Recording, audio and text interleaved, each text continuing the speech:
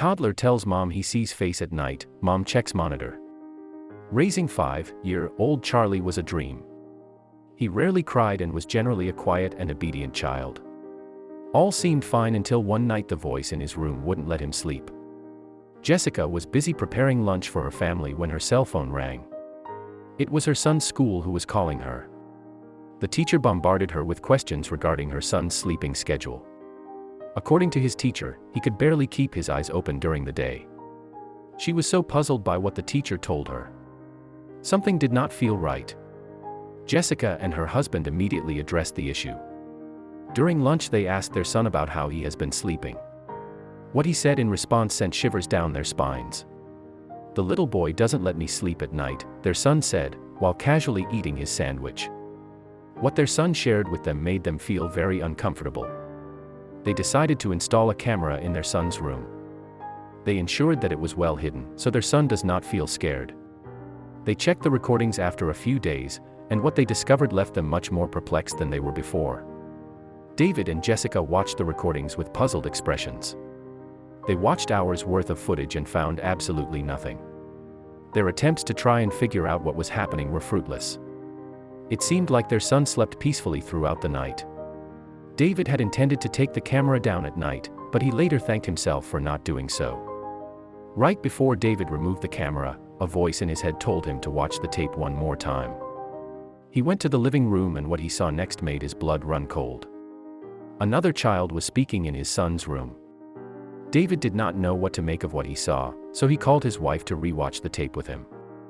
The couple could not believe their eyes. They witnessed another child saying, "I don't want to sleep. I am not tired," to which Charlie responds with, "I am tired. So, can you please keep it down?" They were terrified. "Where is he? Where is the kid?" Jessica yelled fearfully. They watched the footage repeatedly, attempting to find the other child, but to no avail. All other alternatives were ruled out. The door was shut, the window closed, and the voice was far too loud to have originated outside of Charlie's room. They had to do something about this, so they devised a strategy. They knew they had to be present in the room in order to catch the trespasser. The parents took turns sleeping in their son's room while the camera was recording. Nearly a week had passed and they were about to give up. However, on a night they least expected, they heard him speak. "It's just you and me again, let's play," they heard the child say. Jessica shook her husband awake and said, "David. I can hear him." They sprinted to their son's room. "Where is he?" David asked out of breath. Once again the child spoke, but this time he was in their sight. Turning to the side of the table, they saw the baby monitor light up as the child spoke. The parents stood there, puzzled and confused as to how that was possible. If their baby was silently sitting in his crib, who was the child? David grabbed the monitor and switched it off. As the room went dead silent, they heard the child's laugh from a distance. Jessica took small but confident strides towards the window and pulled it wide open.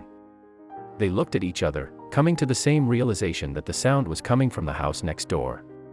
Despite putting the puzzle pieces together, they were far from feeling content. They desperately needed answers.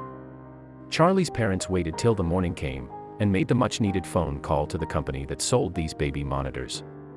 It turned out that their neighbors had purchased the same baby monitor model, as the frequencies got mixed up, making Charlie hear what the baby next door would say.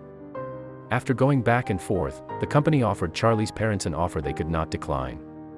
The company offered the family a full refund on their baby monitor, promised to look into it, and discontinue the model at hand once the malfunction is identified. The couple still felt like that was not enough. They then took initiative and decided to take it to the public, but they did not anticipate the feedback that they got.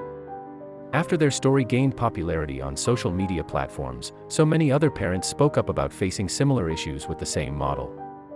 Their story did not only have an impact on other parents, for the company then acted on their statement and later produced an improved model. It is up to people like David and Jessica to make a difference in the world. You never know who you're saving when you speak up.